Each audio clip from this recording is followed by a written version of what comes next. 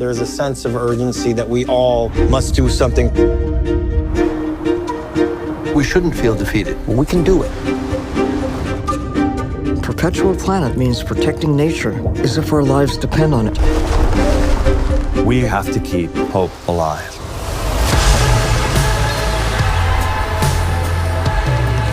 How can we use our skills to solve these global problems? I love for my research to have an impact in the life of people. It takes a collective effort from all of us to inspire, to educate. Putting all the knowledge together. Más gente involucrada, más gente. We are not going to stop until we get the job done. It was just the beginning. Fantastic.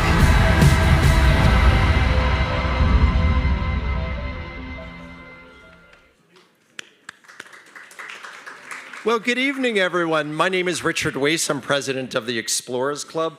What an inspiring film. And, you know, every time I see a film like that, it kind of reminds me of where we are and the type of people we're amongst.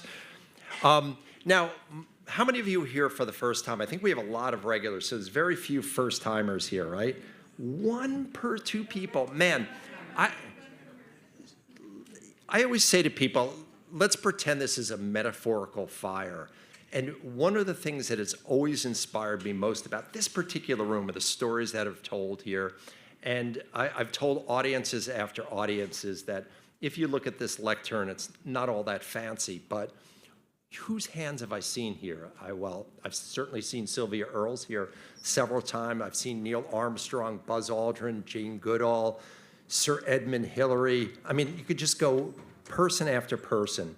But I also think it's a good moment to sort of really kind of understand where we are. We know that we're at 46 East 70th Street, and we like to call ourselves the World Center for Exploration. And it's really almost fitting that we're able to honor a tradition that goes beyond even my relatives. You know, many of you know that the name Manhattan comes from the Lenape word Mannahatta, which means island of many hills. And so these lands served as a seasonal base camp for hunting and gathering and as a trading place for many diverse native people. So meeting here as the Explorers Club, I'd like to think we also honor and recognize the vital roles these lands have served for centuries of community gatherings. So I hope that, that we honor tonight the Lenape people who lived in this area and all native people by carrying on their traditions of storytelling, but more importantly, that tradition of stewardship of land. You saw this film just a moment ago, and that also reminds me of something where I think a direction the Explorers Club that's going into, and it's that whole commitment to inclusion and that we serve the ideal of really creating a true global community of many diverse cultures and thoughts. You know, it makes for a better world. We have programs like the Explorers Club 50. Our motto is 50 people who are changing the world that the world needs to know about. And since all of you have been here for the most part, you know how the face of the Explorers Club is constantly changing. So officially, and I've been given a lot of papers, and I'm not used to reading with the lights going on and off up here, but welcome to World's Oceans Week, right? Welcome to World's Oceans Week, right? So you may say, doesn't everybody recognize, I think Sylvia has said it many times, no water, no life, no blue, no green. And you would think at this point, those are irrefutable facts. But I'm just going to give you a little example in my own life in social media. I thought that, yeah, you know, people would recognize what I consider irrefutable facts, like war is bad. Pollution is probably not a good thing, but that's a probably. So I put a social media post where I literally said that I believe we deserve a world with fresh air and clean water. That's pretty irrefutable, right? Anybody disagree with that? No, but people did. You know, they were talking about this whole idea of different conspiracies on global climate change is a hoax and that we're, creating a narrative that's not true. And that brings me really to the subject of this particular event, that I think that, we're used to speaking in our echo chamber inside our own tent. And I know that, Sylvia, you for many years have been encouraging people to really think just outside of that tent. And I think that all of you are ambassadors to sort of bringing that idea of the importance of oceans in everybody's life. And I would encourage everybody to sort of really think outside of our tent and how are different ways we communicate that. Now, the reason why I go through this long-winded story, not because Explorer presidents have the gift of gab, though I think if you scratch the surface of any of Explorers, everybody's got a long-winded story. But because when irrefutable facts are being challenged, we need more than just people saying, no, you're wrong. We need corporate sponsorship. We need people who want to be aligned with that mission. And you just saw a film from Rolex, our founding partner of World Oceans Week. Now it's 9 years ago. Rolex supports World Ocean Week as part of their Perpetual Planet initiative. They sponsor so many other things in the Explorers Club. So I'd like to take this moment to really, as a group, acknowledge Rolex and really the role they've played. So thank you, Rolex.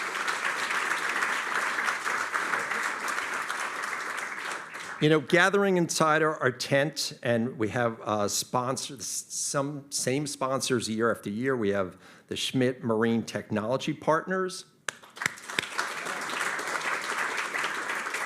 the Philip Stevenson Foundation, thank you very much. And now I fear I'm going to embarrass one of our trustees, Leonard Levy. Leonard, are you here? I can't see the light. Is it right there? Leonard? I can only embarrass you as a friend. If you don't know this already, Leonard is our first ever poet laureate of the Explorers Club. So, Leonard, thank you very much, and congratulations. I'd also like to thank Renata Roja, Meg Ruxton, Patty, and Rick Elkis. I know Rick is probably in California, but Patty is here? I think so.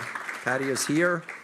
David Evans Shaw, who will be joining us with a special birthday surprise in just a little bit. But next up, I'd like to really introduce and ask you to give a warm welcome to the person who started this Oceans Week here at the Explorers Club, and that's former President Ted Janulis. Ted?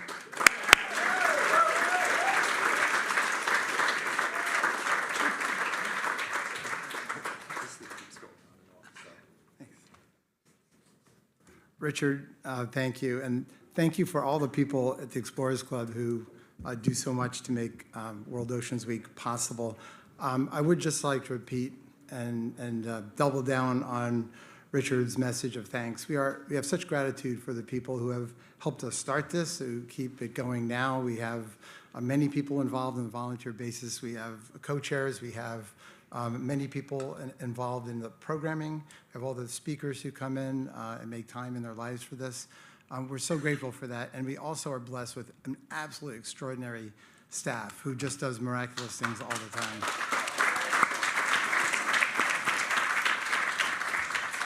So it's fitting that we're here on the 9th anniversary of World Oceans Week, but also right in front of the 3rd UN Ocean Conference.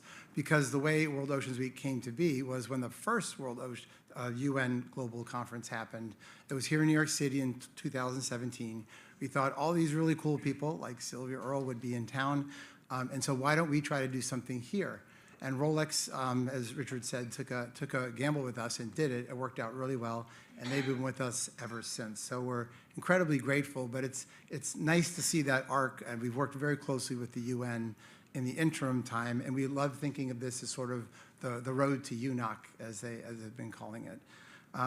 So along the way, we also have worked aggressively with all kinds of other organizations, institutions, individual, and Mission Blue over the last couple of years has been really exciting, and you'll hear about that tonight, so I won't go into that. But the Hope Spots have galvanized multiple generations of people now helping out And you'll, again, hear about it, so I won't go into it. But that's the kind of long-term relationship that we really care about developing and nurturing with like-minded institutions. I'd also like to just briefly mention, for those of you who don't know, we started, this is the 4th year of doing what we call Blue Generation. And this year, that's 27 emerging ocean explorers, scientists. Each of them seems to be doing something different and miraculous. So they came here Sunday, and they've been doing both peer learning and working with all of you for a remarkable 4-day experience. We're really excited about that program. And if you see people with blue lanyards on, that's a member of the group, and please do think about looking them up and asking what they're about, and you'll probably learn something from them as well. And the last thing I just want to mention briefly, because it hasn't been out yet, is we have an auction coming out in the next, maybe today, maybe tomorrow, but it's got some amazing things, including some incredible trips. I think the Lindblads are here, I think Sven and Kristen, but they've put out a beautiful trip to Antarctica. We have 4 other world-class operators who are all putting incredible ventures out there, all in the context of helping us raise money for general funds and programs and all the things that you're experiencing. So I encourage you to visit that auction as well. So I'm going to step out of here because you have great people. You have a rock star lineup tonight. We're so thrilled that you're here. Thank you so much for coming, and enjoy the show.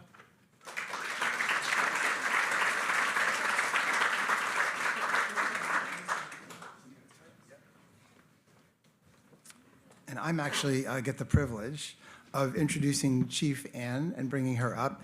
Chief Ann was an absolutely critical player in making the Chesapeake Hope Spot that you're going to hear more about tonight, making that possible. She, from the very first time that the group approached her, she was incredibly embracing and warm, and has that same attitude that Sylvia has of let's get this done. So with that, I'd love to welcome Chief Ann up to the podium.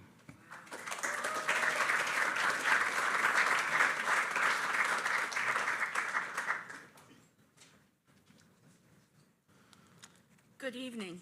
It is a pleasure and a privilege to be here, to be invited into the Explorer Club and the family here with Ocean Blue, and to be able to celebrate this amazing week, Oceans Week. Thank you, Sylvia, and all of you who have done this amazing work. I'd like to present to you tonight a gift, and I just want to let you know that a part of our culture is gift giving. So before a chief would go into another chief's territory, they would bring a gift with them and bless them as they came. This is a feather that is beaded, and it's beaded with colors that you love. There's a macaw feather in here, which is your favorite color, blue.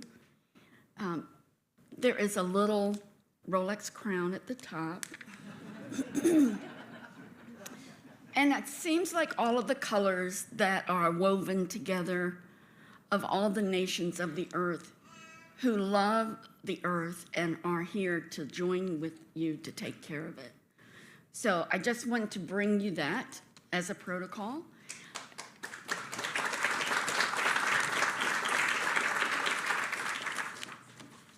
So this has been an amazing journey for me as a 4th generation chief in my family, bringing that leadership into today, those tribal values that have helped our people to survive on this land for 10 to 15,000 years before any of the colonists ever showed up. And so we have indigenous knowledge that I'm so excited about being able to join that with Western science and now this new technology that we have that can be applied to all of it. As Ellen had first talked to me in our first meeting about the work that she had done on the Shinnecock Bay, I'm so excited to be able to emulate that on the Rappahannock River where I live.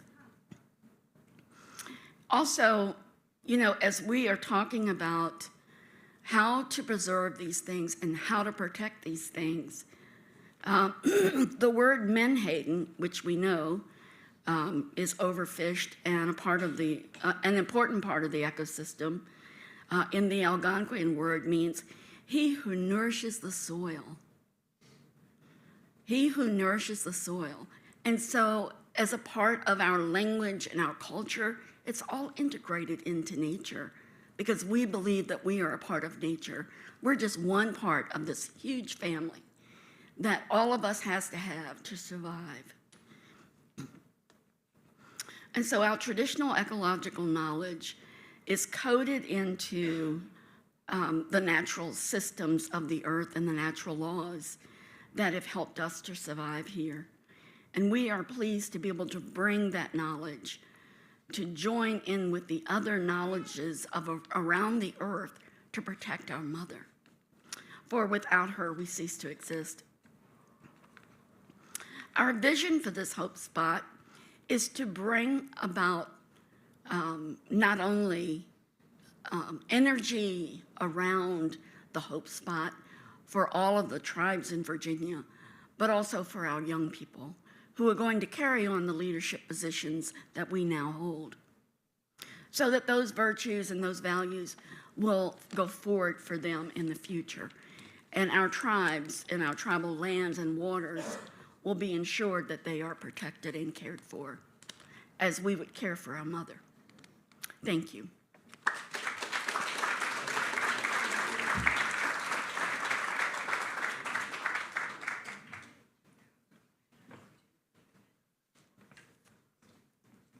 Thank you so much, Chief Ann. It's an honor and a privilege to have you share words with us. And now I have the pleasure of introducing for the second year in a row, a world-class MC, Josh Bernstein, who I think a lot of you know. But Josh is, he's smart, he's experienced, he's a lot of fun. He's just all these different pieces. So we're so thrilled that he brings his energy, excitement, enthusiasm to come share with us. He's been a club member and fellow since 2004. He served on the board. And I don't usually read from notes, but I wanted to make sure I got this right. He's traveled over 2 million miles through over 80 countries and all 7 continents as an award-winning host for history, Discovery, National Geographic, Smithsonian, and NASA. He's a passionate diver in all kinds of disciplines, and we're thrilled that he's here with us tonight leading us. So thank you, Josh. Come on up.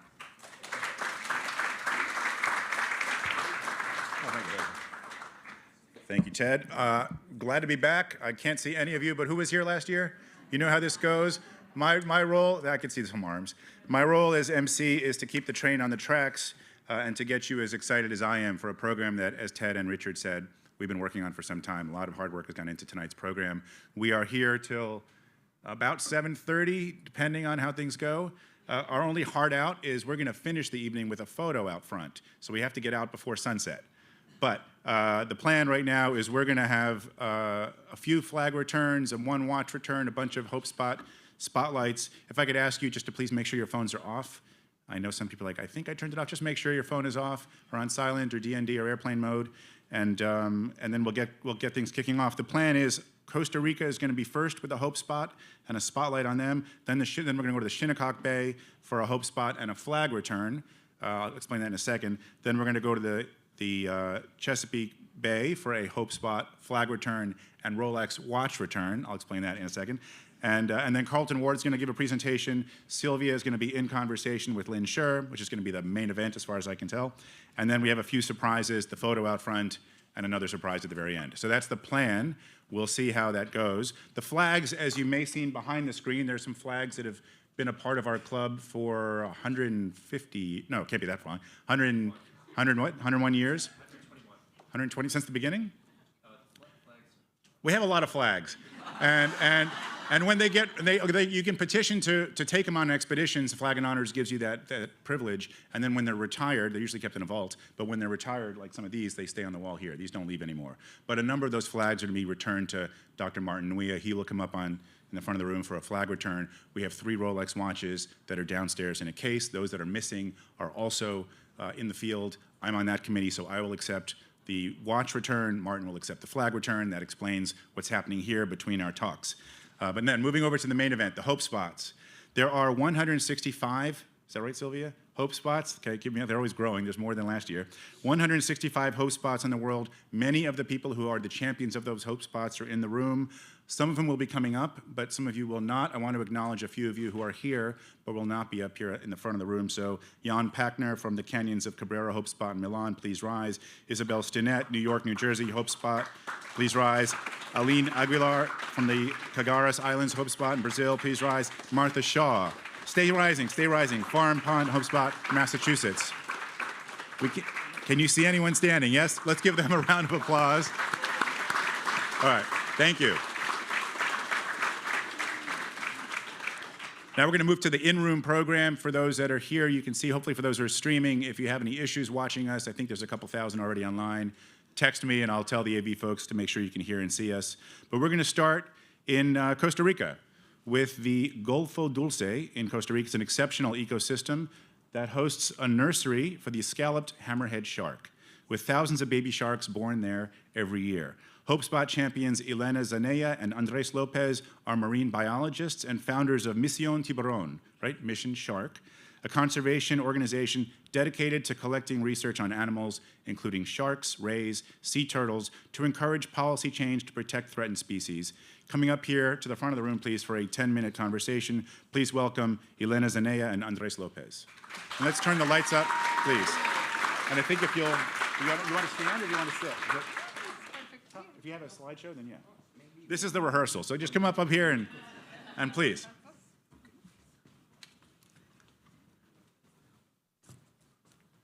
Good evening. We are Elena Zanella and Andres Lopez from Misión Tiburón, Costa Rica. It's an honor to share with you today about Hope Spot Golfo Dulce, a hope place for the endangered hammerhead shark Spina lewini. Misión Tiburón is a non-governmental organization co-founded by us in 2009 to protecting sharks in our oceans. The next. Costa Rica is a small country on land, but had an extensive coastline. In fact, our country waters are 11 times larger than in the land area. This means we have several marine ecosystems and coastal communities together, and this is a big challenge for the ocean conservation. One of the best species to illustrate the ocean, the challenge of our ocean conservation is the scalloped hammerhead shark. It's an emblematic species for our country, for our region, and for our organization too. I'll always say the same. If you dive in the middle of hammerhead school, you never forget. Believe me. The hammerhead is a high migratory species with two stages of cycle of life. The juveniles inhabit in coastal water, while the adults live in the open ocean. These migratory patterns make the hammerhead shark conservation a big challenge, not only for Costa Rica, for the region.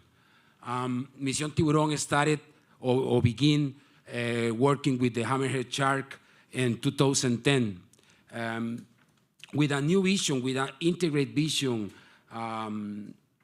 complementary the traditional efforts in the region. And these years, the conservation efforts in the region focus in oceanic islands like Cocos Island in Costa Rica, like Maipelo in Colombia, and Las Galapagos in Ecuador. And these areas, we have a large no-take zone to protect the adults.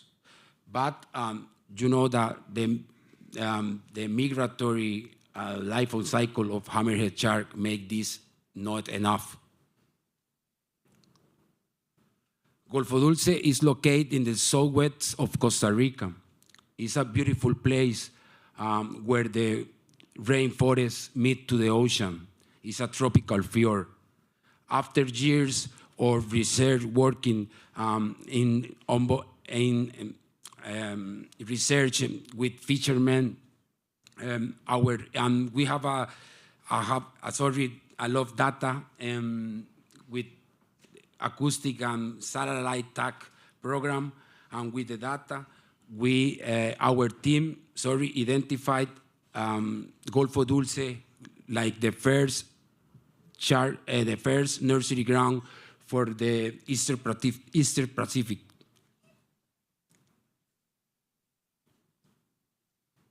But Golfo Dulce is not only important for the scalloped hammerhead shark, it's a hot place for different endangered species like the tiger shark or the gray hammerhead. Finally, after a lot of years of working with research and a lot with communities and different stakeholders, in 2018, the government of Costa Rica declared the Char Sanctuary Golfo Dulce, recognized the importance of the nursery ground for these endangered species. With the Hammerhead Declaration, a lot of things happened. I finished my presentation here. Elena, continue. Thank you.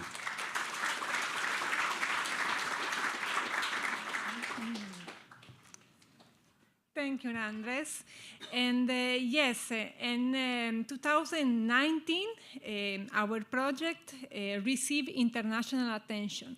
And Golfo Dulce was actually nominated as hotspot. And for us, it was such a big honor.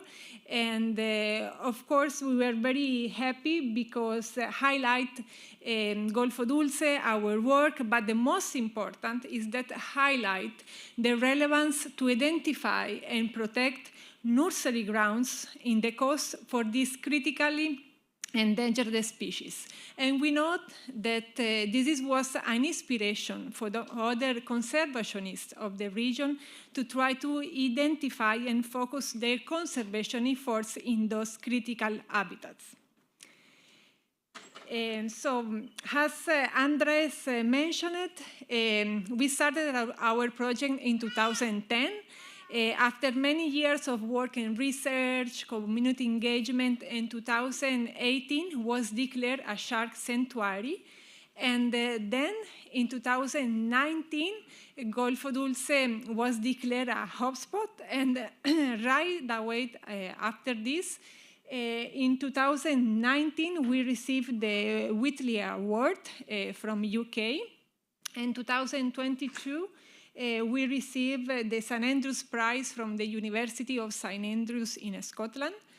In 2024, we received the Ocean Prize from the French Embassy, and we were honored with the Costa Rica Energy Globe from Austria. And this year, we received the Yves Rocher International Award from France. So you can definitely see how the impact of the hotspot declaration in our work. And our project, as Andres mentioned, promoted an integrated vision in the research component, but also with the stakeholders, mostly for two reasons. The first one is that in Costa Rica, we can have a sanctuary, we can have regulations and laws, but we don't have enforcement. And the second reason is that Golfo Dulce communities are one of the poorest communities of our country. So it is important to involve people in all the conservation actions. And not only the traditional stakeholders like fishers, but we really try to involve all the society, and especially the most vulnerable groups of our society, like women. We empowered a group of women, the Mujeres Martillo, or hammerhead shark ladies. We trained them in the elaboration of products inspired by the hammerhead shark, like bracelets, necklaces. And with the incomes of this product, the program support the economy of the women families, but also the formal education of girls in social risk of Golfo Dulce communities. That the support of education of girls is one of the most powerful actions also to fight the climate crisis. And then we have other components to involve young people, to involve students, the children of fishers. We implement environmental educational programs in the school based in the ocean literacy. But I would like to highlight also the importance of the local leaders. When we had the opportunity to hire new personnel, we look for locals of the communities because they have a great power, the power to amplify our conservation message inside in the communities and create ownership feeling of the project in the communities. So now I would like to share a little some of our most important results. The first one probably is the most important is that we actually, we actually saw an increase in the hammerhead shark population, especially in the core area of the nursery where the hammerhead shark born, which is related to Costa River, which is the biggest river of Golfo Dulce. Then, thanks to the support of Mission Blue and other financial supporters, we restored 40 hectares of mangroves ecosystem related to the nursery ground of the hammerhead shark. And all these actions are implemented by fishers of the Golfo Dulce communities. So we are promoting livelihood alternatives based in the restoration of nature. And I would like also to share that this group of fishers last year founded a communities association to promote the conservation and the ecotourism in Golfito, which is the biggest community of Golfo Dulce. So they started to organize themselves and to look for alternatives from fishing. And another result that for us is very important, it makes us very proud, is that now the hammerhead shark is a symbol of the communities around Golfo Dulce. You can see hammerhead shark in public space. And 2 years ago, the municipality of Golfito changed their logo, and now their logo is a hammerhead shark. So this is really we can see how people respect now the hammerhead shark and want to protect them. As an example, in Golfo Dulce, we still allowed the hand line, but now when the fishers catch the hammerhead shark, they proudly release them. They send us videos, sometimes they make little campaigns in their social media to release the hammerhead shark. So this is really very impactful for us.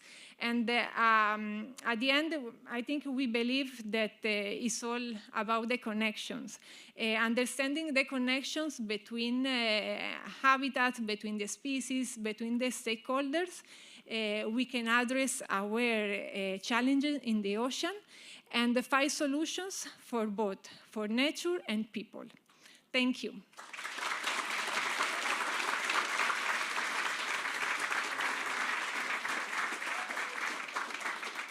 Thank you. Thank you, Elena. Thank you, Andres. You get a feel for how special these hope spots are, and we'll be hearing more and more about those different stories. We're going to move now about 4,000 miles northeast from Costa Rica to a place a little bit closer to home in our own backyard. The Shinnecock Bay Hope Spot is saving a waterway precious to those of us here in New York City. And the groundbreaking science and engineering being deployed will have influence around the world. A product of World Oceans Week, that is, the actual Hope Spot was born here at World Oceans Week, and the result of years of hard work and dedication from the Stony Brook team, led by Dr. Ellen Pikich. My light just went out. Oh, okay, there's back on. I'm going to introduce Dr. Ellen Pickich and Sunshine Gomes, but I also want to acknowledge Marguerite Smith, who's on their team but will not be joining them up here. She's in the room. Marguerite Smith is a Shinnecock elder residing on her home reservation in eastern Long Island, New York. Ms. Smith is an attorney admitted to the bar in New York State. She's also an arbitrator, mediator, educator, and a consultant in dispute resolution with special interests in human resources and Native American, multicultural, environmental, and social justice issues.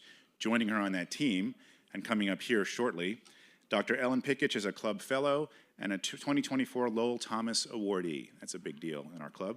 She's executive director of the Institute for Ocean Conservation Science and a professor at the School of Marine and Atmospheric Sciences at Stony Brook University, Shinnecock Bay Hope Spot champion. And Sunshine Gomes is a representative of the Shinnecock Indian Nation, and is an incredible native artist and designer in mixed media, from jewelry to woodwork and much more. Ladies and gentlemen, please help me welcome to the front Dr. Ellen Pickich and Sunshine Gomes.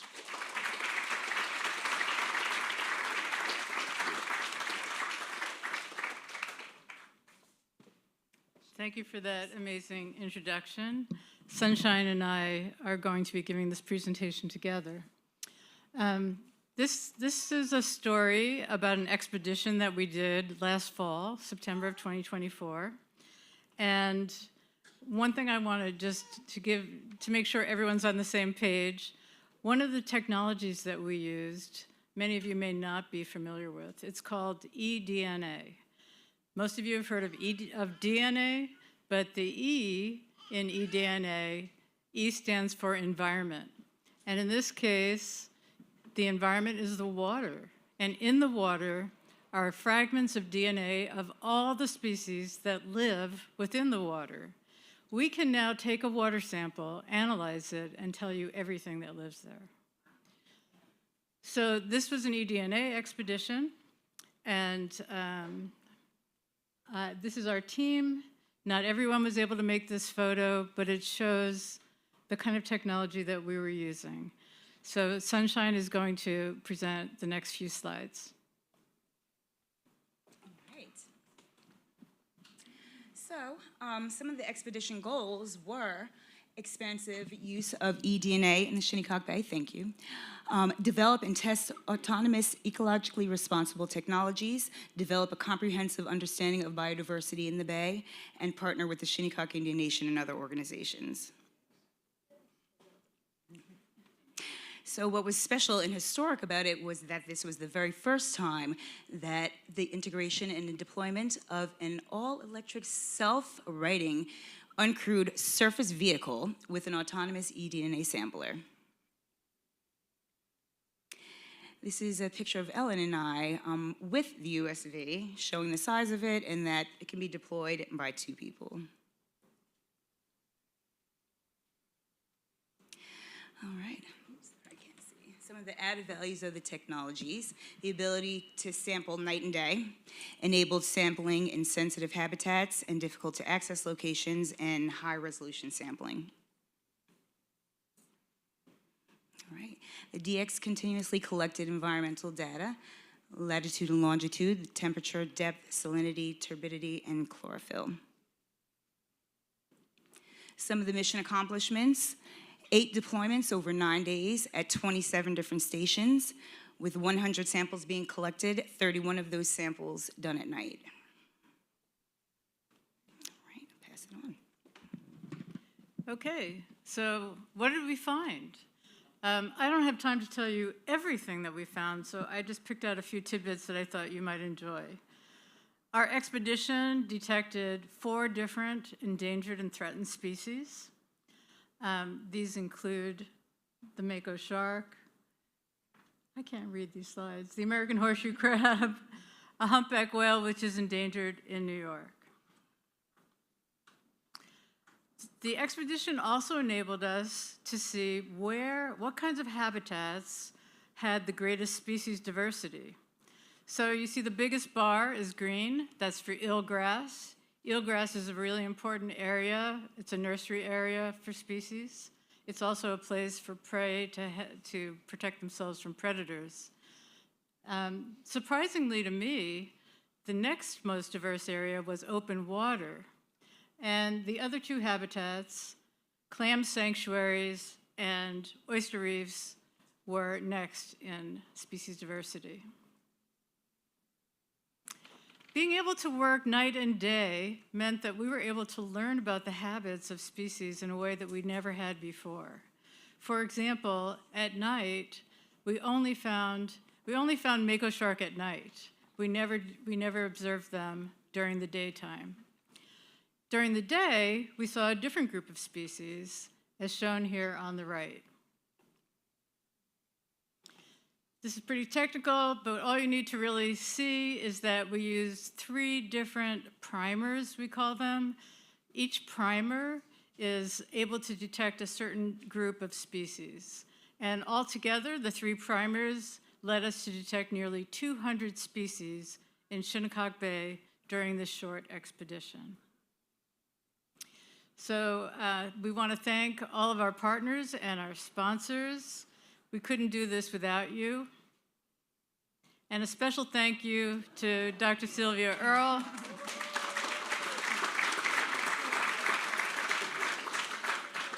who joined us on this expedition, for all you do, not just for Shinnecock Bay, but for the entire world. And happy birthday.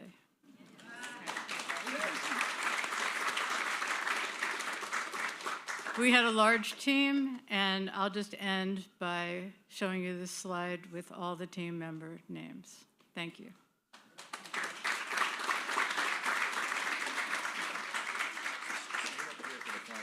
Oh, sure. We could turn the house. Can we turn the house lights up easily for the flag return, or is that a run around the room kind of thing? Sorry, folks. Surprise. Can we turn that? No. Well, maybe that's the opposite of. Maybe not. Oh, there we go. Okay. So we're going to do a flag return. Dr. Martin Nguyen, if I could please have you as head of flag and honors, please. We're going to be presenting, well, Martin will be, let me explain what's going to happen here. Martin is going to be, as head of flag and honors, going to be receiving flag 132, just so we understand while the photo is being taken. Dr. Martin Nguyen did receive a Fulbright, this is some info on Martin. Fulbright grant. Dr. Nguyen was selected as an ambassador for science for his work with narwhals in celebration for the 150th anniversary of Canada, and the lead speaker for that ceremony, although we don't have any narwhals in the Shinnecock Bay, Martin. But once we get the photo and the flag is safely back and the lights are on and off in some random fashion, we good? Okay. Then thank you. The flag has been accepted and returned. I'm sure the AV folks are now cursing that I asked for the lights on because we have so many switches here. But that was great. And I've also been told from the back, because there are people watching us online, if you are multiple people standing up here for presenting, as Ellen and Sunshine just did, both of you stay here. My apologies for having the first folks sit down, because the people at home want to see both of you. So just one person speaking and another person back behind. Feel free to adjust the microphone so that everyone here can hear you and the folks at home can hear you. Okay. We are going to move south from the Shinnecock Bay now to the Chesapeake Bay Hope Spot, the newest Hope Spot in the world. Let's please play the video.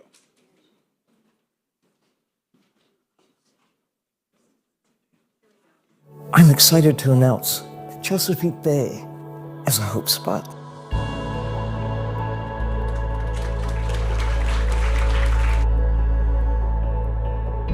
This is the largest estuary on the east coast of North America and the 3rd largest in the world.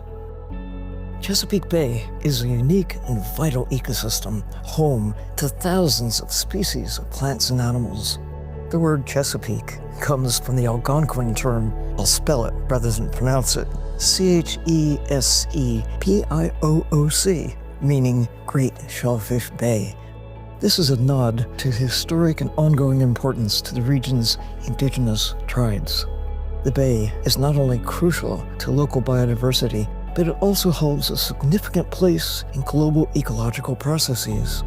It serves as a migratory crossroads for numerous species, including birds, marine mammals, and fish. The bay has faced environmental challenges from habitat degradation, declining water quality, and losses of oyster reefs, which once played a crucial role in water filtration and shoreline stabilization. However, large-scale restoration and protection efforts are now underway, and the Hope Spot designation is a timely and vital step in supporting these efforts. Collaboration is the key. Organizations working together, combining modern science with traditional indigenous knowledge. Congratulations to all of the individuals, the organizations, the champions for this Hope Spot, the Explorers Club, and the Paul S. Sarbanes Coastal Ecology Center for their tireless efforts in supporting this designation. Together, we are committed to safeguarding Chesapeake Bay as a global treasure for everyone.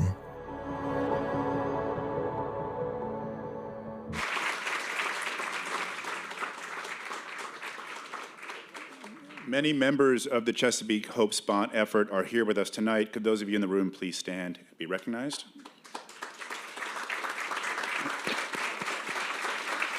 There are also several members who couldn't be with us tonight, including Lonnie Shore, Susan Zellers, John Hodge, and Aaron Kornbluth. Fundamental to the work being done in the Chesapeake Bay is the scientific efforts of the team at the University of Maryland Eastern Shore. In a minute, I'm going to invite the following two members of that team to come forward. I'd like to read their bios first. Kaylee Krieg is working to support the Science and Technical Working Group of the Maryland Commission on Climate Change. She's also a PhD candidate in Marine, Estuarine, Environmental Science Program, finishing up her dissertation at the University of Maryland Eastern Shore. And Stephen Tomasetti, Dr. Stephen Tomasetti runs the Tomasetti Coastal Environmental Science Lab at the University of Maryland Eastern Shore. The lab seeks to understand the dynamics of and impacts to coastal marine systems under intensifying anthropogenic pressures, and to strengthen coastal communities through advancements in policy, restoration, conservation, and aquaculture. Ladies and gentlemen, please help me welcome Kaylee Krieg and Dr. Stephen Tomasetti to the front of the room for their presentation on the Chesapeake Bay Hope Spot.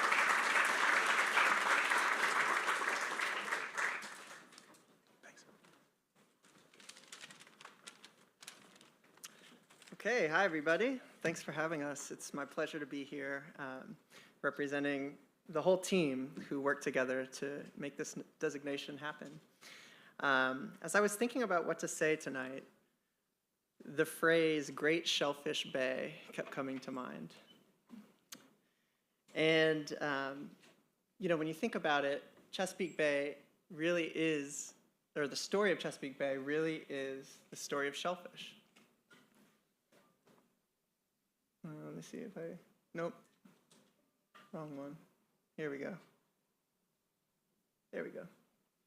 Now, I might be biased because I'm a shellfish biologist, and I worked at Stony Brook University on the Shinnecock Bay Restoration Program. So I tend to think that everything is about shellfish all the time.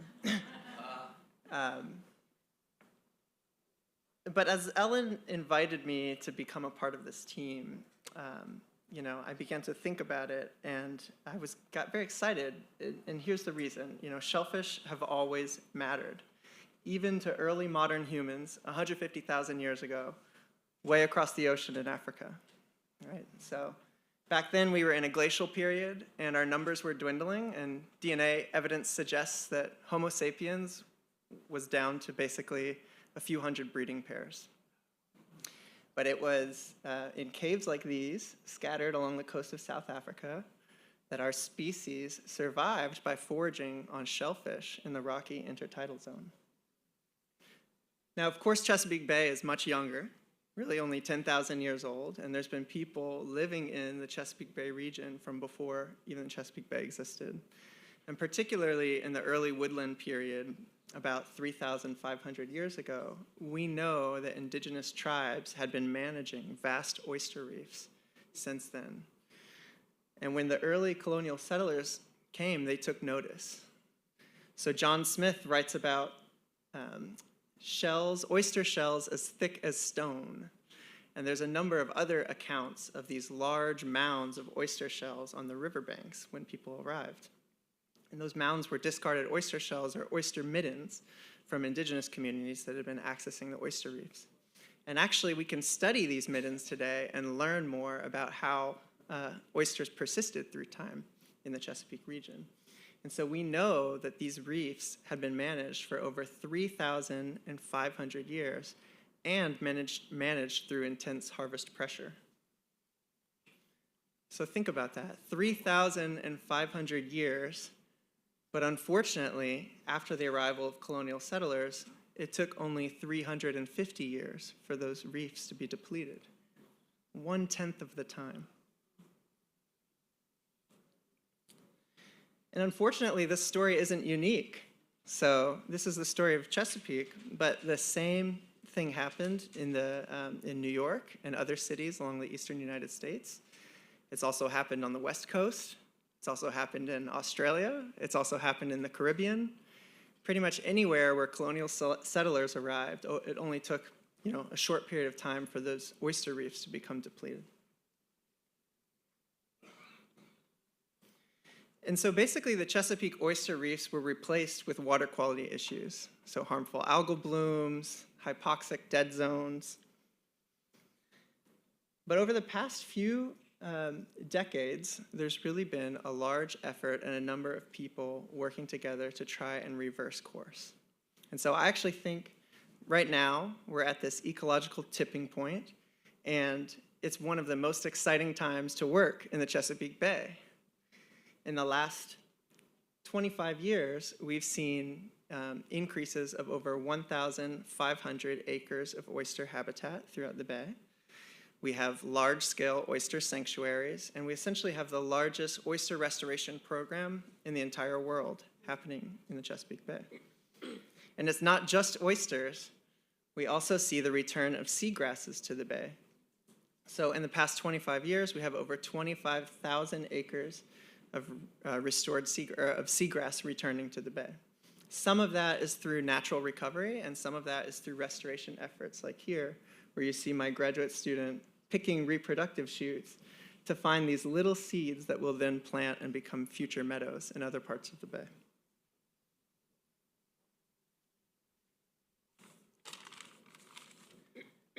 And so one goal of this designation is to promote inclusive restoration and to bridge science and indigenous and local knowledge. And so a great example of this is our partnership with the Rappahannock tribe, which I should first say, they've been incredible partners, and they were already doing a lot of this work when they've invited us to join them. So they're involved, and they recently acquired a 72-acre oyster lease in the state of Virginia that they use for oyster restoration and oyster aquaculture. And they've invited our group to come basically co-implement that restoration and co-monitor the progress with them. And so they've been really leaders in this effort, and we're so honored to be a part of that. And I should say that's just one of nearly 30 partners who signed letters of support for the Chesapeake Bay Hope Spot designation. And really it takes an effort, a coalition of people to do anything in this bay because of its scale. So we're really excited about that future. And before I turn it over to Kaylee, I just wanted to leave you with one more thought. So the story of the Chesapeake shellfish, in my mind, is really also a story about us, right? And when we center restoration in connection, we're not just bringing back old ecosystems, we're bringing ourselves back to each other, and back to the places that we all collectively depend on. So thank you.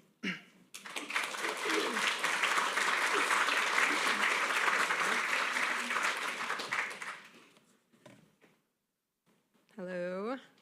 Let's make sure I can work this thing. It's an honor to be here and speak to you today about the Chesapeake Bay Hope Spot. It's been one of the funnest projects that I've been involved in my professional life. My day job is a coastal climate specialist with the University of Maryland Sea Grant Extension Program. And in that role, I get to talk to community members all the time about their life in and on the bay. And I get to hear stories of people who live in places like Smith Island and have been there for many, many generations. Their families intimately tied to the water. Sorry. I grew up in Arizona, and if anybody's been there or heard of it, they know that it's a place where water is very scarce and sacred. And I think it was growing up in the desert that made me, kind of get this obsession with water. It led me to be a competitive swimmer in my younger days, and eventually pack up my family and move to Maryland to pursue marine science in the Chesapeake Bay region.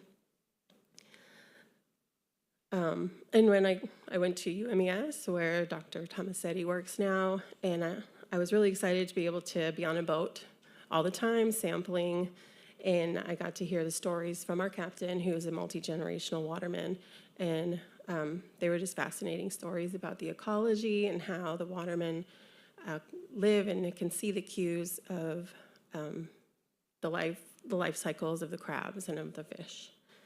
I'm also a member of the White Earth Ojibwe Nation. So while my ancestral homelands are in the north, I now live in the Chesapeake region. And as an Indigenous scientist, I carry with me a responsibility to care for the water wherever I am. And that doesn't stop at jurisdictional boundaries. So one of the most powerful opportunities within the Chesapeake Bay Hope Spot, as we've heard from Chief Ann and Stephen, is this potential to lift up Indigenous leadership and knowledge systems, and not just in recognition, but in active partnership. These knowledge systems aren't just historical, they are contemporary and living frameworks for sustainability and care. And this means working with tribal nations that are connected to the Bay, such as the Rappahannock, the Piscataway, the Nansemond, and many others. It's a chance to support their sovereignty and environmental priorities, whether through access to culturally significant areas or collaboration and co-production of restoration projects. It's a chance to embed Indigenous knowledge into formal management agreements, recognizing it as equal to what we call Western science. And what excites me most about this initiative is that it really is top-down, it's relational, it's about reciprocity and trust and long-term commitment. It's about honoring those who have been doing this work for generations already, often without recognition, and creating space to grow together. From shoreline restoration to youth science programs, from cultural demonstrations and collaborative monitoring, there's so much local brilliance already at work in the Chesapeake Bay, and this Hope Spot is just going to help shine a brighter light on those efforts and make room for more inclusive partnerships. As someone who works at the intersection of climate science and community outreach, I see this Chesapeake Bay Hope Spot as an invitation to lead with hope and to act with urgency and to grow together in this responsibility, in our responsibility in this, taking care of this incredible estuary and grounding our actions in shared stewardship. So Stephen in the launch video already mentioned that the Chesapeake Bay faces some serious challenges, but that's why this Hope Spot designation is so meaningful. It's not just symbolic, but it is a call to action. Thank you, and I look forward to continuing this work together.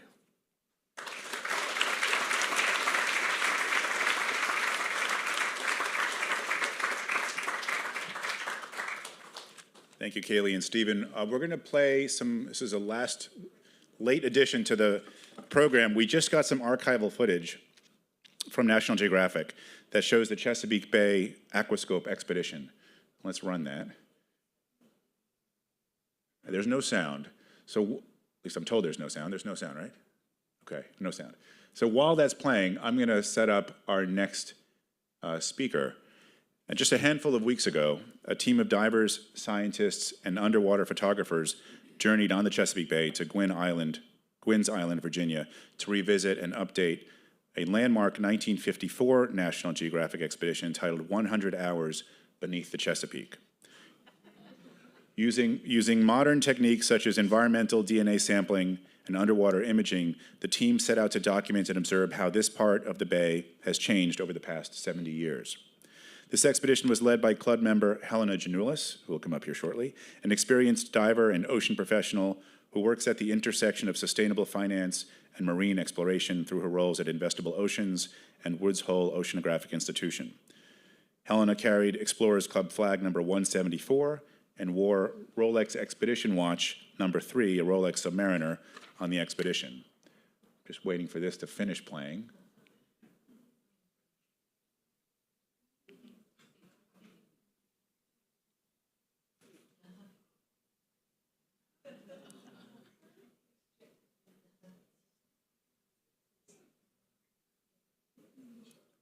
So yeah, it's fascinating to see old film footage, both for the timestamp of that time, and then also sometimes just to see the abundance of life that used to exist. Or not, but okay, at the end. Okay, well, that, excellent. Okay, so now with a presentation related to, but with different visuals, please welcome Helena Janulis to the lectern.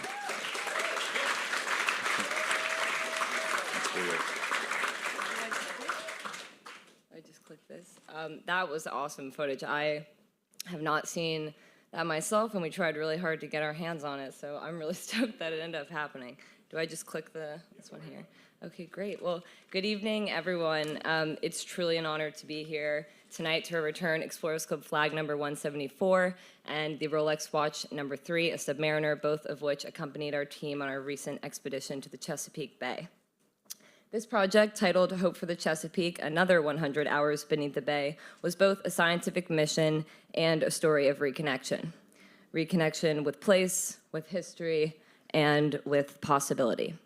It was an effort to revisit a part of our country that many know very well from above, but very few have seen and appreciated from below. So as we just heard from Josh and saw a little bit, in May 1955, the National Geographic Society published the iconic article, 100 Hours Beneath the Chesapeake, which chronicled an underwater expedition that took place in the waters surrounding Gwynn's Island in Virginia. And this expedition was undertaken by naturalist Gilbert Klingel and Nat Geo photographer Willard Culver, who you can see sitting down in the aquascope. That chamber is basically what they use to lay on the bottom of the bay's floor, take photographs, observe wildlife, smoke a lot of cigarettes, have a good time. 70 years later, we set out to retrace this journey, not to recreate it exactly per se, but to revisit the same areas with new questions, modern technology, and a renewed sense of purpose and urgency.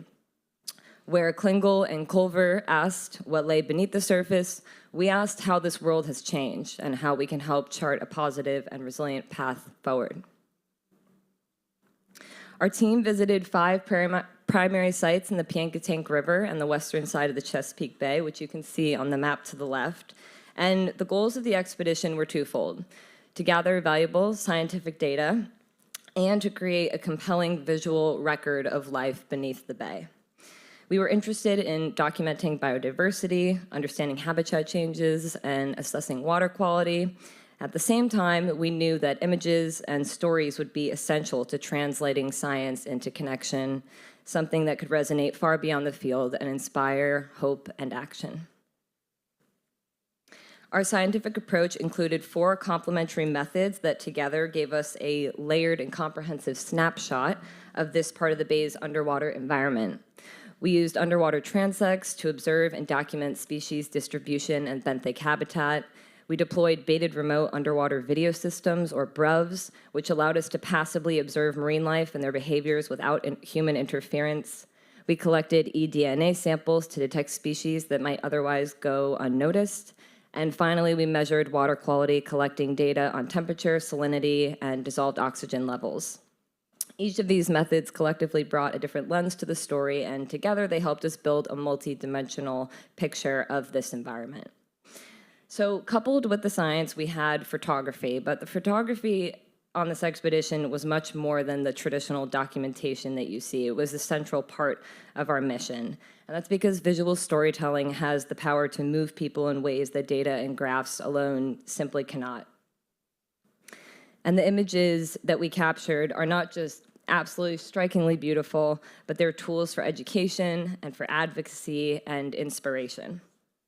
Importantly, they also serve as a visual record of what we stand to lose and what we still have the power and opportunity to protect. These images on the slide here show an array of the biodiversity that we saw beneath the bay: the brilliant red-beard sponges, the sturdy oyster reefs, the croaking toadfish, the blue crabs, the anemones. All of it was truly spectacular.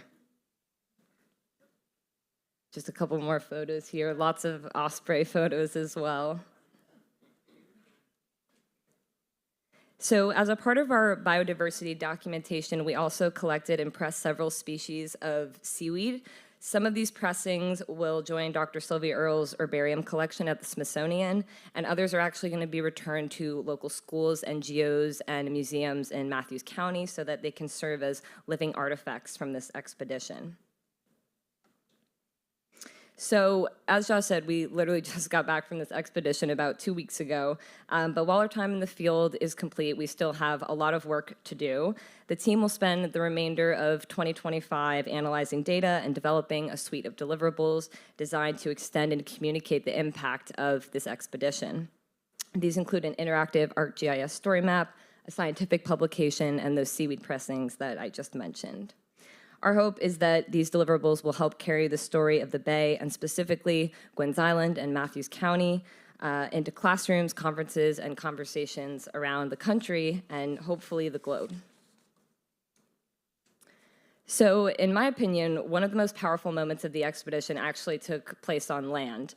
Together with the Matthews Land Conservancy and 7 different co-sponsors made up of museums, foundations, schools, we hosted a public event that drew more than 150 people from Matthews County on an extraordinarily rainy and windy day to come learn about our work. It was the largest turnout that the Matthews Land Conservancy had ever had, probably because Sylvia was there. But we had lifelong residents, boat captains, the directors of museums, and endless curious high school students, which is probably the most special thing to see. We shared our purpose, approach, and hopes for the Bay's future, and we also listened to their stories and their personal connections to the Bay and Klingel, whose grandson actually joined us for the event.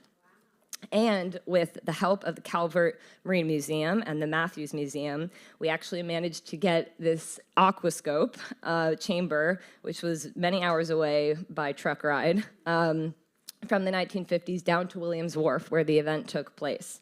And that was really special because that provided a tangible link between the past and the present and hopefully the future exploration of these areas. So overall, this event was really just an evening of joy, curiosity, learning, connection, and probably most importantly, of shared commitment to protecting this vital estuary because they are the ones who live on the Bay and are the real stewards of the Bay. I want to close this part of the presentation with a quote, which is that the Chesapeake Bay is like a beautiful woman. There's no humiliation from which she cannot recover. So, with its new designation, I didn't think that would land so well, so that's great. With its new designation as a Mission Blue Hope spot, the Chesapeake now joins a global network of 165 ecosystems recognized for their importance, their resilience, and their potential. Recovery is not only possible in the Chesapeake, it is already underway, and our work aims to support and contribute to many of these initiatives. I'm just gonna ask everyone who is on the team in the room to just stand up, please. This expedition would not have been possible. Come on, stand up, Dad. Stand up, Sylvia. This expedition would not have been possible without, thank you, without this incredible team here. We were a multidisciplinary group, scientists, underwater photographers, PhD students, divers, each bringing different strengths and a shared sense of purpose. I am endlessly grateful to every person who helped bring this vision to life, both on the ground and behind the scenes, including Dr. Ellen Pickich, who served as the advisor on our eDNA work, which is a very nice through line with the Shinnecock Hope Spot, and also the 2 boat captains from the Virginia Institute of Marine Science, who are in the back right there, Paul and Reed. Thank you. Awesome. And I, of course, want to give a very special shout out to Sylvia. She was the one who pointed us to the 1955 issue of National Geographic. So as always, she was a massive inspiration behind all of the work that we did.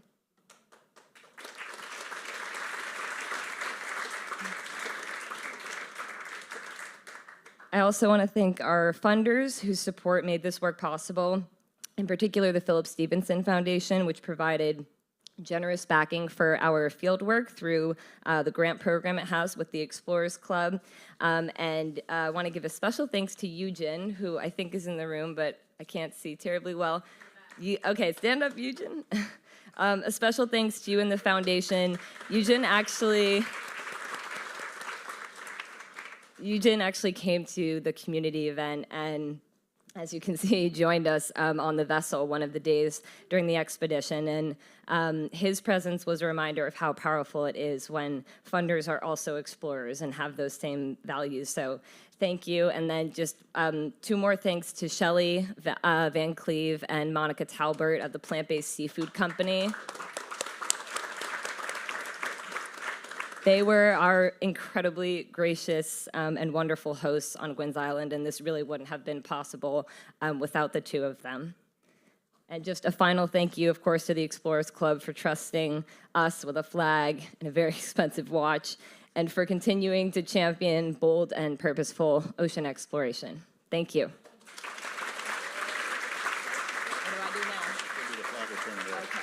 We could have Dr. Nguyen come up for the flag return.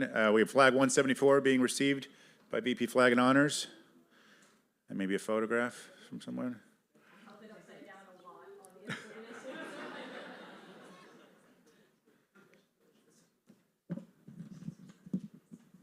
And then watch return as well.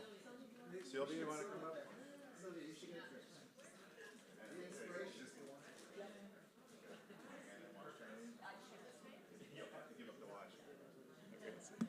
By the way, this is the living hope spot.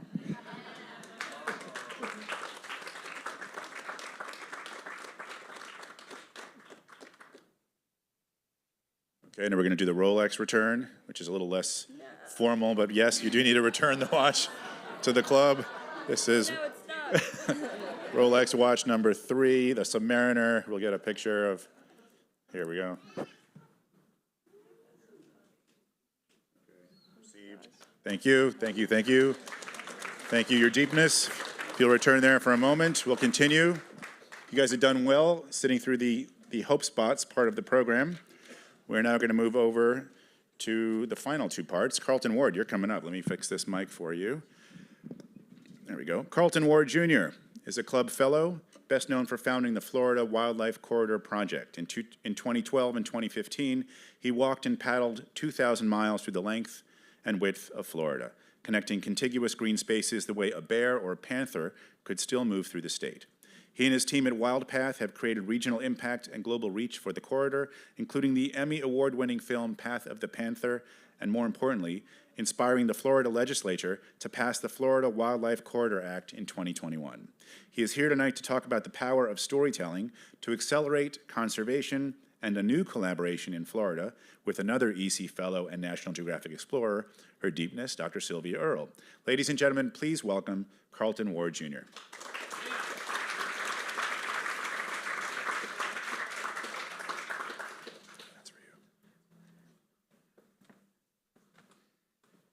Thank you, Josh, and thank you, everyone, for having me here. It seems like yesterday I was coming back after the last Florida Wildlife Corridor expedition in 2015, and I was a Rolex artist in exploration that year when that program existed, and had a show and handed over a portfolio, and it seems like yesterday. We've done a few things since then, but starting with some terrestrial background, I promise we'll get back to the ocean pretty soon here in the show. But this is the Florida Wildlife Corridor. It's been my focus and my dream for protection for a number of years. I'm going to show a few slides of how that focus came to be, largely because if you live in Florida with 1,000 people moving there a day, it's very plain what's going to become of the state without a very intentional conservation effort. And in about 2006, I learned about the projections of what that development would do to Florida's green spaces. So this map shows the development footprint in 2006, and this was the projection for the doubling of the state's population. And you can see what happens to the green space. It becomes islands separated from one another by development. But it doesn't have to be that way. There had been longstanding science that talked about connecting up our conservation lands. And this is where I kind of entered the scene as a somewhat naive and ambitious photographer, and proposed the Florida Wildlife Corridor Project to bring a story to that science and to that landscape. And we set off on a pair of 1,000-mile expeditions in 2012 and 2015 to show that this is still exists and is still possible. So here we were, fresh and naive in 2012, starting out, and this is the end of the second expedition, which thankfully I got to carry a flag on as a new Explorers Fellow. Since then, those expeditions did a lot to put the geography on the map for the stakeholders, but weren't reaching the wider public and weren't reaching the decision makers. And so that's where the Path of the Panther project began, and we spent 6 or 7 years photographing the Florida panther as an emblem of the statewide corridor. And the lessons through this were really the power of storytelling for impact. And through partnership with National Geographic Society and other partners, we brought the story of the Florida panther and the Florida Wildlife Corridor to our state capitol. We distributed copies of these magazines to all the lawmakers. We had an effort to help inspire legislation, and through the storytelling, through helping put a face and identity to the landscape, and through focusing on wildlife corridors, which are a geography and a construct that can really bring people together, we inspired unanimous bipartisan support of the Florida Wildlife Corridor Act. Thank you. So we're entering, I believe, in a time where corridors are becoming the new paradigm and the new framework for landscape conservation. And if they're not, I believe they should be. We have ambitious targets like 30 by 30, half Earth, protecting half the land and half the sea for nature to restore balance to the planet. And I believe that wildlife corridors are the framework that can help take us there, and help take us there in an achievable, measurable, unifying way. And just showing some slides, on land, the Nature Conservancy has great focus on the Appalachians. The science is often there, but the story is often missing. You have the Yellowstone to Yukon initiative in the western United States. You have jaguar corridors planned for Central and South America. And I think there's a great time for wildlife corridors for the sea. And I will only speak here today about where the land and the sea connect in my backyard on the Gulf Coast of Florida. This has been a place that I've been in love with since growing up there. Actually, when I first became a photographer and came home from college, this is one of the first pictures I took in 1999 of Caladesi Island State Park. And this was always a special place to me because in the most densely developed county in the southeastern U.S., this is one little pocket of nature that remained. It was concrete from wall to wall otherwise. And little did I know at the time that one of my heroes, Dr. Sylvia Earle, grew up looking at this same landscape for her inspiration as a graduate of Clearwater High School. And my great-grandfather, on a side note, was Florida's governor in the 1920s and 30s and was part of the movement to make this a state park in the 1960s. And so that 2015 Florida Wildlife Corridor expedition really, brought my worlds together. I had the ranching heritage, but also a deep love and connection for the Gulf, because it's where I drew my inspiration and my first connections to nature. And so our journey through the wildlife corridor and the story of the Gulf were kind of one and the same. It's a place where you still have mangrove coastlines and manatees healthy in springs, and rivers that flow still unbroken from longleaf pine headwaters and swamps in the Okefenokee all the way down the Swanee River, in places that still exist like this on the coast of Florida. And the recipient of that healthy landscape upstream is this beautiful, underappreciated world of seagrasses at the coastal edge. And this is where my time with Sylvia has been so inspiring. Katie Bryden from our team at WildPath is the director of the film Lasting Hope that we're working on with Sylvia, who's here tonight. And for the past 2 or 3 years, we've been getting every chance we can to go dive and explore the seagrasses. It was going to be just a short film to celebrate the importance of protecting the wildlife corridor upstream because of the coastal benefits. And it's opened our eyes to an entire new world through our time there with Sylvia. This is the largest contiguous grasses in the Gulf, an area more than 1 million acres of contiguous seagrass. It's also where Sylvia did her master's and PhD work in the 1960s and has field notebooks from the river mouths from Chassahowitzka and the Swanee and Weeki Wachee and Steinhatchee. And we were able to go back there and visit places she hadn't been in 50 years.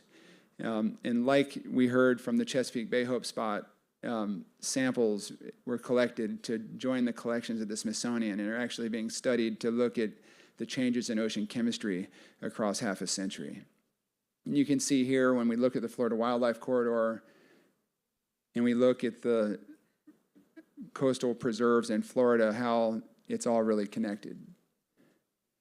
And so we've been working on this film, working on telling this story. We're excited. I don't have a video preview of it yet to share, but Katie and team are working on that. We're intending it for National Geographic for this time in 2027.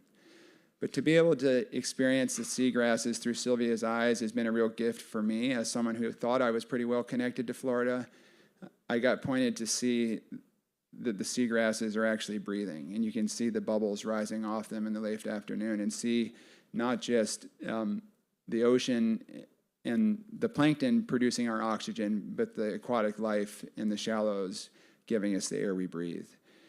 It's an amazing diversity of sea turtles and nurse sharks and mangrove coast and all these underappreciated magical species, and it can't be taken for granted. You look here, this is a map that Katie helped find earlier today, but it shows the locations of different whale species in the Gulf, from the Rice's whale to the sperm whale to different species of dolphins.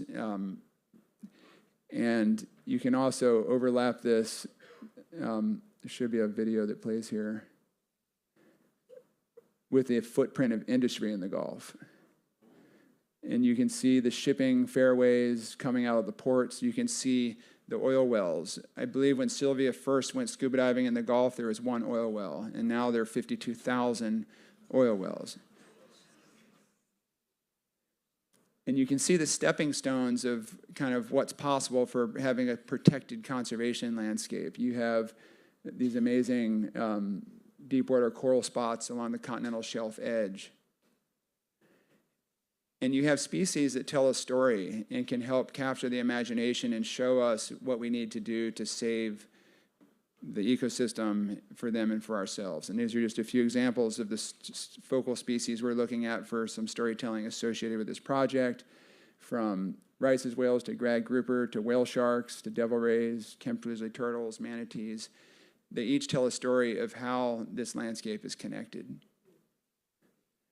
And we're working with scientists who are helping bring those stories to life through short-term satellite tags on sea turtles and the seagrasses.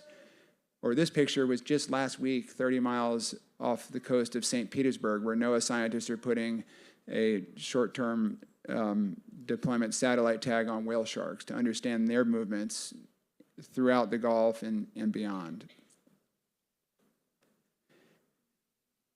And again, my great privilege is to dive in these places with Sylvia and to see the absolute hope for what can still be protected. I mean, there's so much that's been lost in 50 years, but there's so much is still there, and all the ingredients and all the foundations for what can be done, not just in the Gulf, but for the world's oceans. And so this is, what I believe is that the science is often there, and what's missing is the story, and that's in storytelling focused on wildlife corridors on land and sea can help create the framework of connection that will bring people together to save places like this. It's never been more urgent. We've heard a lot about that, but it's also never been more hopeful because people care and people want these places to endure, and we have an opportunity to capture that passion and move it forward. And I know you're all here to spend time with someone who can speak with much greater connection and perspective on this than I, but I will leave it with a portrait that I had the opportunity to capture in our time together in the Gulf in recent years. Thank you very much.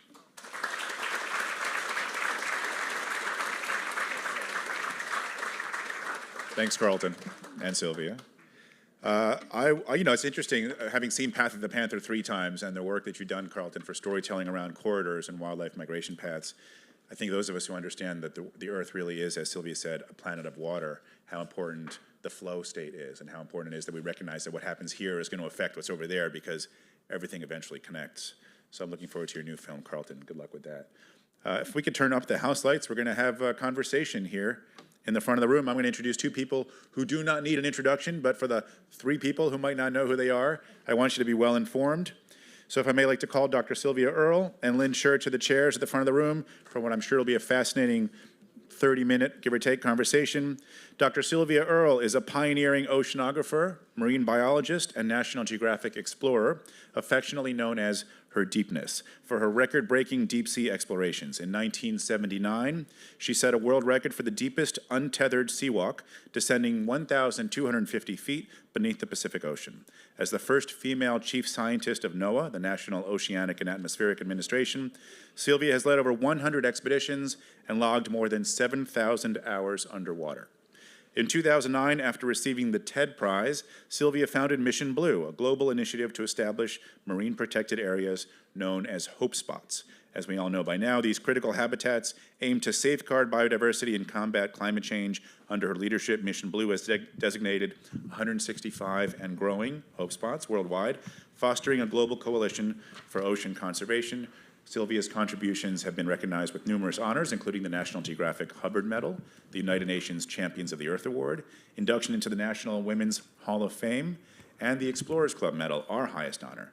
A member of the 1981 inaugural class of women who broke the glass ceiling here at the Explorers Club, Sylvia continues to break barriers and inspire millions around the world with her indefatigable passion and presence. Your Deepness. Okay. Yes. And now, in conversation with Sylvia will be Lynn Scher, an award-winning journalist, best-selling author, and trailblazer, also trailblazer for women, in this time in media, best known for her 30-year tenure at ABC News, including over 2 decades as a correspondent for 2020. She has reported on everything from presidential elections to the NASA Space Shuttle program, anchoring nearly all of the early pre-Challenger missions from launch to landing. A passionate advocate for women's rights, Lynn has twice received the Margaret Sanger Award from Planned Parenthood for her exceptional coverage of reproductive health and social justice. She's also the author of several acclaimed books, including Failure is Impossible, Susan B. Anthony in her own words, Tall Blondes, a celebration of giraffes, and the New York Times science bestseller, Sally Ride, America's First Woman in Space, written about her dear friend, the late astronaut and club member, Dr. Sally Ride.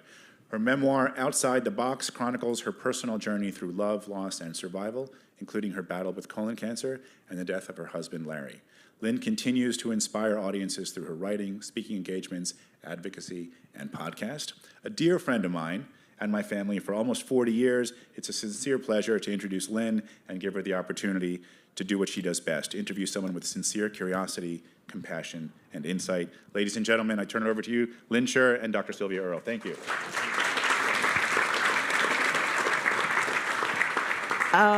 The mics are on. Excellent. Josh, thank you for that very generous introduction.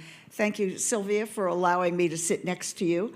I want to tell you all that before we came up here, the reason it took a minute, she had to put the feather away in her purse in a way that it would not get crinkled. So that was one thing. The other thing is she put her phone away. All during this presentation, Sylvia Earle has been taking photographs of everything up on the screen. So is there a minute when you don't work? And if you have a mic, I think you have a mic on your, and it should be on. It should be on. What's work? Well, so no time. You're always working, right? You're always doing what you're doing. I'm always living. You're always living, but Yes. living is working. think work is doing something that you'd rather not be doing. All right, touche. But doing it anyway. Well, I want to start this off by saying how grateful I am for everything you've done, and I thank you, and it is every journalist's dream to be able to interview Sylvia, so I'm thrilled with this assignment. And I actually want to start off our conversation by making the point that you are so incredibly selfless in everything you've done. And the other day when we were talking in preparation for this conversation, what you said, and I want to quote, was, a great part of your mission, and I quote, is giving people a chance to see what I can see. So I want to ask you, at the most basic, simplest level, when you dive, when you live in a submersible, when you scan the oceans, what do you see? Life. Really, diving into the ocean is like diving into the history of life on Earth. Truly. Right. And to have the privilege of being a witness, not only to see what's there, but to have the exposure to what we now know, what we have learned in the 20th century, now into the 21st, that is more than not only any other humans have been privileged to know, but look, the elephants can't see what humans get to see. Going high in the sky, deep in the ocean. Dolphins and whales can go deep in the ocean, but they can't go high in the sky. You know, being humans, being a human, is miraculous in a way, but especially now, because we are the beneficiaries of whatever has been learned throughout all of human history, but especially in my lifetime, enhanced by technology that has given us the ability to know what Einstein could not know. He was pretty smart. He had a lot of insight, but he did not and could not know what the kids of today have available to them. Now, it's there to be incorporated in everybody's Well, life. just for example, the sequence we just saw, there's what, 40, 50 years between when you first went diving in that part of Florida and when you went back. How was it different in terms of, I understand you've talked about so much, and all of the extraordinary people in this room have talked about the science that everyone is now learning. With your naked eye or with your goggles on, what did you see that was different? There's good news and there's not so good news. The good news is that much of what I witnessed in the 50s and 60s and 70s is still there. It's not as widely evident. I mean, it's not cover as much territory because we made inroads in the ocean just as we made inroads on the land. I never got to see a little creature that is now gone, but they were there when I was exploring the Gulf in the 50s. Monk seals, they're gone. They used to be throughout the Caribbean, ranging as far north as Galveston, up the East Coast. The last one was seen in 1952. So they're gone. They're gone because of us. Because of us, maybe the same thing won't happen to manatees and the little whales that are in the Gulf. We have a chance. Turtles. There are more turtles today than when I was a child. We've been seeing turtles left, right, and center during our explorations back in the Gulf. But when I was a kid, turtles were being slaughtered for turtle soup and turtle steak. Traveling down to Key West in 1953, there were billboards celebrating turtle steak at the Duck Inn. I remember. And that's good news and bad news. Good news and bad news. And but in terms of what you see, actually, I must share with you our mutual good friend, Kathy Sullivan, astronaut, aquanaut. I asked her for a few little tidbits about you. Uh-oh. Yeah. Dive buddies are not supposed to tell on one another. Kathy says, when you scuba dive with Sylvia, expect to be her camera Sherpa. true? Well, when you have more cameras than you can hold at once, what are buddies for anyway? What are buddies for? Exactly right. She also said, you never go fast or far. Well, I go far fast. No, I go deep. I go slowly, but deeply. Let's put it that way. Okay. You see more if you take time to just see what's there. You can drive through a forest full speed ahead in a Jeep, or you can sit on a log for a while and see who lives there. And the same is true. You can go into the ocean and cover a lot of territory, but not see much. Right. You stay in one place, you can see everything. Well, going down, you're saying. You keep going deeper and deeper to see more? Just seeing. If you just zoom by, you don't smell the roses, if you will, or see the birds. If you stop in one place, and we were doing it in Chesapeake Bay, just sit, be quiet, and then you'll see little creatures who dived down when you came zooming by, but if you stop, they emerge. And even in the Gulf recently, it took a moment, more than a moment, just sitting there before a little goby stuck his head out of a little crevice. He was there all along, but because I stopped and waited, this little pair of eyes came out. It was just amazing. But you don't see it if you don't pause. I assume there are a number of you, or at least some of you in this room, who have dived with Sylvia. Yeah. But I got this from Kathy. How many? How many? How many have you had? Oh, my goodness. That would be a number. Well done. Why isn't everybody holding a hand? Come on. Yeah, right. Let's go. Okay, Kathy said, finally, expect to be down for at least an hour. If you have yeah. Guilty, why not? Right? Guilty? Or more if you can pull it off. More if you can pull it off. Let me tell you, listen, Kathy and I have had some discussions because I so admire her, not her capability, her talent, her experience as a geologist. That was part of what it took to become an astronaut. You have to be really good at what you do to be an astronaut. And she got to go high in the sky and look back on Earth from afar. And one of the privileged few of all of humankind who's had that. I wanted to go deep in the sea.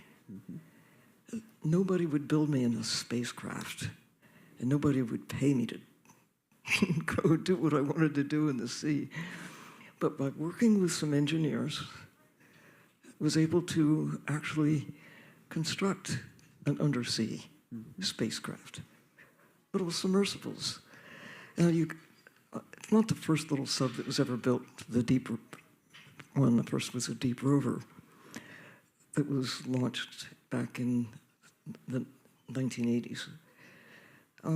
But standing in line to get into the Alvin, or to go in the Johnson Sea Link submersibles, or some of the other small number of undersea spacecraft that existed. First of all, you had to justify why you wanted to go. And to get a grant to be able to support the research vessel, and somebody else, did the engineering. But it was exciting to work with engineers to come up with building your undersea spacecraft. You were building your own house, basically. Well, my own means of transportation. Yeah, combination. And here we are. It's like the early days of aviation, the early time of getting access to the sea. Imagine how exciting it was. It was for me, as a kid, going up in a Piper Cub with a pilot to see where I lived right there. I was just a little kid. And it changed everything about my perspective by being able to go up in the high in the sky and see what I otherwise could not see. Going deep in the sea, or even shallow in the sea. As a scuba diver, people have been transformed. Jacques Cousteau was transformed the first time he went beneath the surface with a face mask. He wrote about it in Silent World and was part of what really inspired me to want to go see for myself. It was actually William Beebe with Half Mile Down, a book he wrote about experiences with a fellow explorer, engineer, Otis Barton. They wanted to go see what was there. They had to build their own submarine. Yeah. And so fast forward, working with engineers, I got to build a submersible of my dreams, the Little Deep Rover. Now working with my daughter and son-in-law and a team of engineers, we're building a new generation called Honu. It means turtle. That can bridge land and sea. And to go exploring, not just for me, but to take others along, even the kids. I mean, I love the fact that it's an idea that's catching on, like going high in the sky. We need to see what's there. Is it catching on enough? The money, the glamour, the news headlines have been more about space than about... I know. Again, back to Kathy, I said, you go up in the sky, you have somebody else build your spacecraft. You do have to be very good, but you come back and everybody cheers. I go underwater and nobody cares. Well, I think a lot of people do care, but how to refocus people's attention to think that going down is as exotic and exciting and important as going up? I think the storytellers of sharing the view. If you go anywhere and you do something really breakthrough, you make a new discovery, and you just keep it to yourself, Kathy Sullivan and all of the astronauts that I have ever met come back and they want you to know what they have seen. They want you to know that Earth from afar is really a miracle. Come on, wake up. You're taking it for granted. You just think that what we have has always been here and that we can do anything we want and get away with it, right? We've had that attitude about the ocean, but those of us who've had the privilege of going into the ocean, certainly divers, but deeper. You know, most of the ocean is dark all the time. Right. And it's cold, but it's filled with the most amazing diversity and abundance of life. But we've lost about half of that abundance through ignorance. We don't know why we should care. You know, one of the ways that space got even more popular and made people understand the connection with Earth was the photograph of the Big Blue Marble. I know. 1972, Blue. Apollo 17, that shot. Blue. It's blue. Blue indeed. But what I want to ask you is, what might be the way to do that undersea? What's the moment, the photograph, the image, the something that might capture people's attention the way the Big Blue Marble photograph does? I'd like to ask that question of you, of all of you. What is it going to take to get people to really understand and appreciate why they should care? Mm-hmm. We know with every breath you take, every drop of water you drink, you're not only connected to the ocean, but without it, we couldn't survive. Right. Imagine, the one image that I often share when challenged with that question is, here's Earth, big blue marble. Here's Mars, big red marble. Which one do you want? Something that's the closest I can think about to answer your question. Do you believe there are other planets with water on them? I know there are other planets with water on them. Water, I didn't know when I was a kid, but now there's evidence that water is pretty common throughout the universe. Comets are loaded with water. And there's water on based on the evidence that we were able to project ourselves through images that we come back, analyzing the spectrum of various materials that are elsewhere. It's not the absence of water, it's the absence of life in water. It's the absence of liquid water, a lot of it. 97% of Earth's water is ocean. That is ocean that is like water that's accessible. There appears to be water deep within the Earth, as well as forming the basis of the ocean, rivers, lakes, streams, in all of life, in clouds. But when you think that if you were an alien wishing to explore life on Earth, you wouldn't give humans a second thought. You'd dive right into the sea, because that's where the action is. If you want to study and understand life. I haven't seen that movie, by the way. I haven't seen that movie where the alien comes and goes right into the ocean. No, well, it's there to be done. Yeah, ought to be done. I'm not a diver, but I am a swimmer. And I've often said, I like to point out that we swam before we walked or breathed, but we forgot. Somehow we forgot. How do we get people to remember where we came from? How do we get people to appreciate every single thing that you have just said? Well, I think it starts with no child left dry. Let's go dive in. Get them in the water. Oh, I'll buy that. I like that. Any age. All, you know, my mother was 81 before she put on a face mask and off Bonaire where the water was clear and warm, but she took the plunge, and then she came up like, I imagine Costa. I had no idea.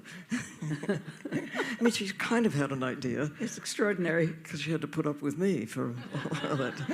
You have been wonderful in helping other women, in path breaking for women, in doing things women didn't do. When you went down in Tektite, the first for that, with leading a group of women, undersea exploration, if it existed at all, was a patriarchy, right? I mean, women had not done that.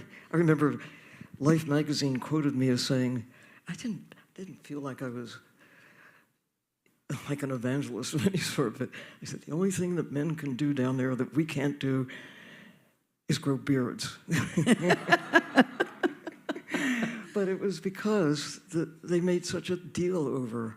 I never thought much about pushing myself in where I wasn't welcome. The first time I went to sea on a serious oceanographic expedition, it was just sheer luck for me, bad luck for a fellow scientist who had to cancel at the last minute. I was a botanist. They needed a botanist. They needed somebody who was a diver. I just happened to have been diving, and they only belatedly noticed that I happened to be a woman, and I'd be at sea with 70 men. And the interview that I had with all of the scientific crew in Mombasa before we set out to 6 weeks in the Indian Ocean, what are you going to do while you're there? And so we talked about the science, but the headline was Sylvia sails away with 70 men. So that's when I really got this jolt that, you know, that it was exceptional to be. I didn't think of it as exceptional. I didn't think of it as a reason to go. And the same was true with Tektite, living underwater. That originally I applied for the project with 4 guys who happened to be fish guys. They were ichthyologists. I was the botanist. And we put together a proposal that was viewed with, you know, this is a pretty good proposal, but can't have men and women living underwater. Certainly not. They actually said there could be hanky-panky on the reef. Come on. They actually said that. But the head of the program, James Miller, I don't know, he's my hero because he said, well, half the fish are female, half the whales, I guess we could put up with a few women. I mean, he said, and especially because our proposals were as good as those of men and those who, I was not the only woman who applied, but we had good experience. We were good scientists. They had a hard time denying us on the basis of credentials and experience. But the idea that we would, it was socially unacceptable in 1970. But in the end, because they said, well, we'll just make a group of women, and instead of... Right. Don't mix them up. Yeah, that's right. Don't tempt anybody. And in the end, we got all the, well, not all the attention, but it was... Well, isn't there an irony in the fact that when you did that, you opened the doors partly for NASA to know that women could live together and work together in a controlled environment, and yet then it was space that took off as opposed to ocean exploration. Well, now it's our turn. All right. Absolutely. Absolutely. I think I saw my mom and dad really working as partners, and it never occurred to me that I shouldn't be doing... I had an older brother and a younger brother. They could climb trees, I could climb trees. They could run fast, I could run fast. They could do math, I could do math. Was there ever anything your parents told you couldn't do because you were a girl? No, but they said... I remember my mom counseling me that, yes, it's okay if you want to be a scientist, but you'll have a hard time making a living doing it. So if you really want to make a living as a girl, as a woman, you can be a teacher, you could be a nurse. My mom was a nurse. She was not a doctor in her time. She could have been. And the most exciting thing was, you might be an airline stewardess. Couldn't be a pilot.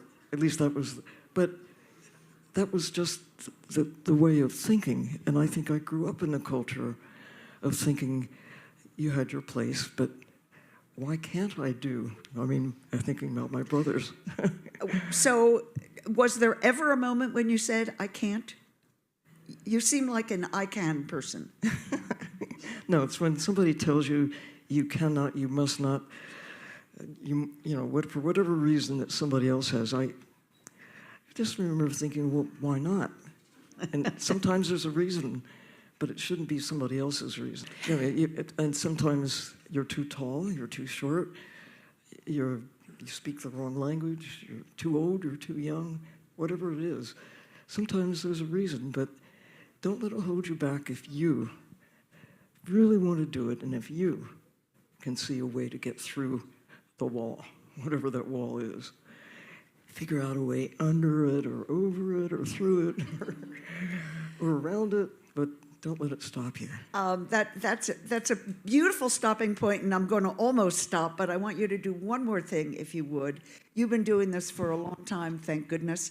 Everybody in this room is here because of what you've been doing. Dare you project another, pick a number, 80 years, 90 years, 100, 20, 100 years, 21, 25. What's the status of our oceans going to be? It depends on what we do or fail to do right now. I work with a group of scientists who are establishing science-based, educated calculations on how close we are to going over the edge. That is, to reach tipping points that will propel us down a pathway that is not in our favor. That right now, we have the best chance we will ever have to tip in the right direction. We still have 10% of the sharks. Why are we killing sharks at all? We have lost about half of the wild places that were around at the beginning of the 20th century, land and sea. We still have a chance, the best chance we can still breathe. Rain still magically falls out of the sky, more or less, in patterns that we can deal with. But we're right on the edge. The conclusions are 5 years. 5 years will be the best chance we will ever have. It's going to get harder. We'll never give up on our species. We have so much going for us. And this is the time. We've never known more than has now been known. We certainly have a lot more to learn. So the precautionary principle, as Carlton Ward was talking about, our last best chance to embrace what remains of the fabric of life, the last wild places, and the last best chance we will have to rewild both the land and the sea. Why would we even think of deep sea mining? Why are we still looking at the ocean with wildlife as products, wild animals with dollar signs on them? We're getting over it with elephants and chimpanzees and birds.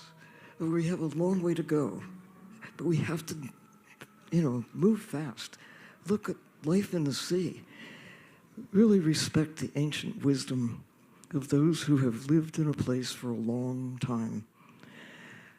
Whether it's in Chesapeake Bay, Shinnecock Bay, the Polynesian voyagers who see across the board a respect for life, and scientists now, in a sense, verifying what people who have lived in a place for a long time have known throughout their, we're all connected. Carl Sagan saying, we're all made of stardust. We are the elements of the universe. All life shares a common base. The people who've lived in a place for a long time know that we're all connected. Know that what we do to nature, we do to ourselves. Protecting the earth means protecting ourselves. And look, some say, nature doesn't need us, but nature does need us. We need nature. We have to be the proactive ones at this time to do whatever we can to ensure a viable future for life as we know it. Life will go on one way or the other, but for us and the whole fabric of life that we now take for granted, it's up to us now. And how lucky we are to have had you leading us this far. Sylvia Earle, thank you very much.